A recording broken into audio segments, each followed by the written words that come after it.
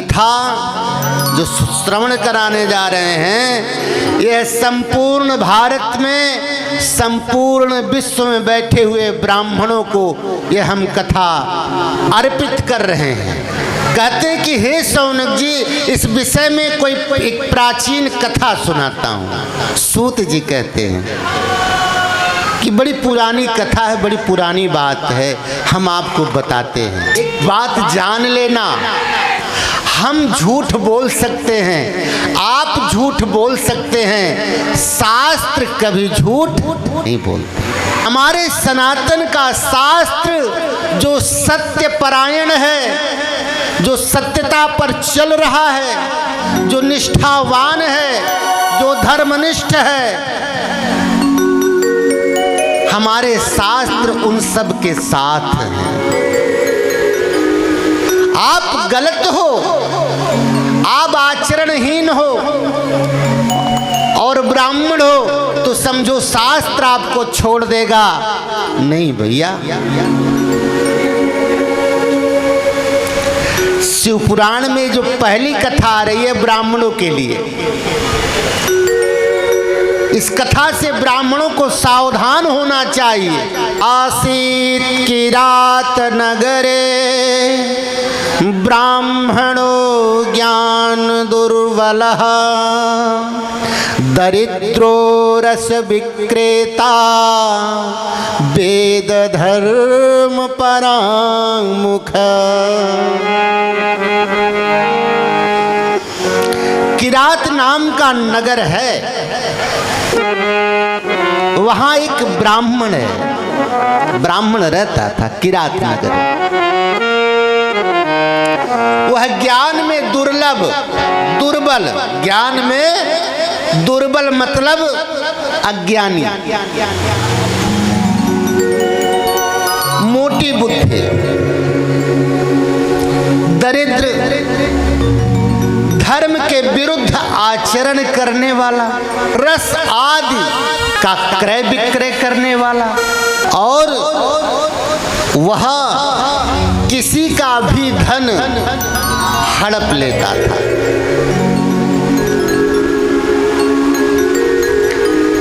बलि था, बल था उसमें, तो किसी का भी, कोई भी हो, ब्राह्मण हो, क्षत्रिय हो, वैश्य हो, चारों वर्णों में कोई भी मिल जाए, उसका एक काम था छीन झपट लेना, पैसे इकट्ठे करना और उस पैसे से नशा करना और पर स्त्रियों का गमन करना। वह ब्राह्मण एक दिन एक दैक तटागे सह स्नातुं यातो महीसुरः। एक दिन जो वह देवराज नाम का ब्राह्मण था, तालाब में जाता है, स्नान करता है, स्नान करके निकलता है तो देखता है कि एक सुंदर स्त्री उसके सामने है, और उस सुंदर स्त्री का नाम है शोभावती। वह मोहित हो गया, मोहित हो करके उससे वार्तालाप किया, उसको अपने धन वैभव का प्रदर्शन कराया। देखो हमारे पास ये है, हमारे पास बड़ी बड़ी गाड़ियां हैं, बड़े बड़े बंगले हैं। लालच दिया, लालच दे करके उसके साथ वह गमन करने लगा। अब घर ना जाए,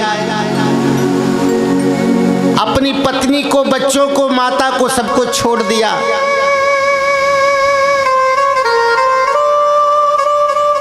तो घर वाले पूछे तुम आते क्यों नहीं हो, कहाँ रहते हो? घर वालों को शंका हुई, घर वालों ने रोकना प्रारंभ किया कि गलत मार्ग पर जा रहे हो, अब तक तो चोरी डकैती करते थे, अब तो तुम ये भी करने लग गए।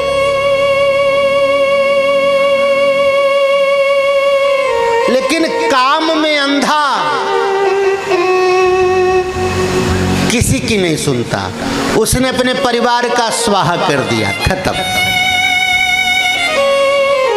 परिवार को खत्म कर दिया।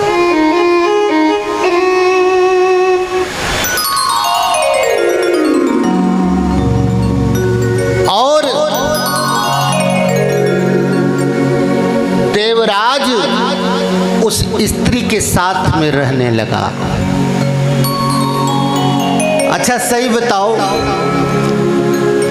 ये जो आप सुन रहे हो एक कल्पना है क्या? कुछ दुष्ट लोग कहते हैं कि शास्त्र तो कल्पना है, कथाएं कल्पनाएं हैं। तो क्या ये जो चीज कही जा रही आज हो नहीं रहा क्या? है 4-4 बच्चों की माँ, 5-5 बच्चों की माँ प्रेमी संग फरार हो जा रही, सासू माता दामाद को लेके भाग जा रही है। कलयुग नहीं है? ससुर बहू को लेकर के भाग जा रहे हैं।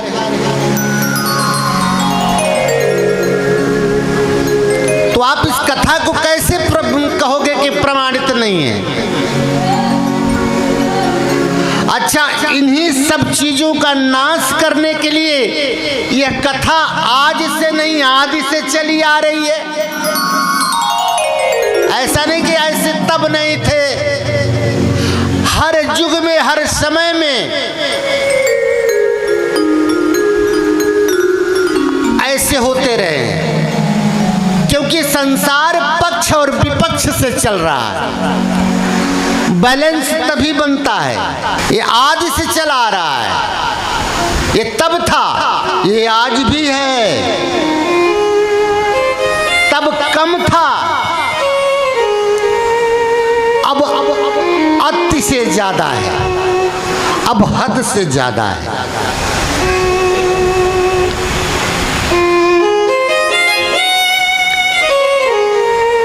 अच्छा, जब तक धन है तब तक सामने वाली स्त्री के लिए आप सुंदर हो। पैसा है तो चाहे एक आंख फूटी हो आप भी राजकुमार लगोगे वैश्या के लिए, बस पैसा हो।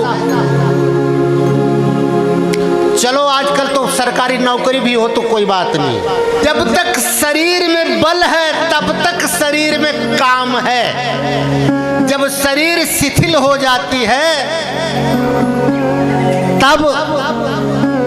तब सामने सुंदरता क्या करेगी और धन क्या करेगा, वैभव क्या करेगा। जब ये पंजर हिलने लगता है ना, तब तो हाय बप्पा हाय माई, इसके अलावा कुछ नहीं नजर आता है। कमर पे हाथ जाता है और मुंह से आह और ईह के अलावा कुछ निकलता नहीं है। वहां काम खत्म हो जाता है, तब भजन करने का क्या फायदा, तब भगवान को ध्यान करने का क्या फायदा। लेकिन यहाँ शिव के कथा की महिमा देखो, शिव के नाम का प्रताप देखो, शिव के नाम का जो जहाज है उसको देखो, शिव के नाम का जो सामर्थ्य है उसको देखो। क्या सामर्थ्य है भगवान के नाम में, है? जो जीवन भर पाप करता आया, बीमार पड़ता है, जब पत्नी छोड़ देती है पैसा समाप्त होता है, शरीर शिथिल हो जाती है, तो एक मेले में जाता है, देखता है बीमार पड़ जाता है, ज्वर से पीड़ित हो जाता है। शिवालय में पूजा हो रही है, कुछ लोग सत्संग कर रहे हैं और बैठ करके भगवान का सत्संग सुन लेता है और भगवान का सत्संग सुनता है। सत्संग सुनने के बाद चिंतन करने लगता है और मृत्यु हो जाती है। यमराज के दूत आते हैं, बांधते हैं, ले जाते हैं। यमराज के दूत बांध करके ले गए, कहाँ? नरक में ले गए।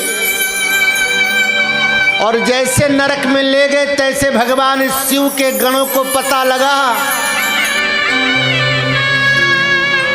उन्होंने धावा बोल दिया यमलोक पर। पूरा यमलोक कांप गया, यमदूत कांपने लगे रुद्रगण को देखने के लिए। भगवान रुद्र के गणों को देख करके भगवान शिव के पार्षदों को देख करके कांप गए कि आप लोग कहां? भैया ये तुम्हारा नहीं है, ये जो प्राणी है, ये जो जीवात्मा है तुम्हारा नहीं है। बोले प्रभु बड़ा पाप किया। बोले जो मर्जी किया, लेकिन अंतिम बार में इसने भगवान शिव को धारण कर लिया। भगवान शिव की कथा श्रवण किया, मन लगा करके श्रवण किया। सो भैया अब तुम्हारा माल नहीं है, इस माल पर हमारा अधिकार है, इस जीव पर अब हमारा अधिकार है। भगवान शिव के गण उस देवराज को रथ पर बैठाते हैं और भगवान शिव के धाम ले जाते हैं और उसे दिव्य आभूषणों से सुशोभित करके भगवान की सेवा में समर्पित कर देते हैं। बोलिए भक्तवत्सल भगवान की। ऐसे हैं भगवान भोलेनाथ।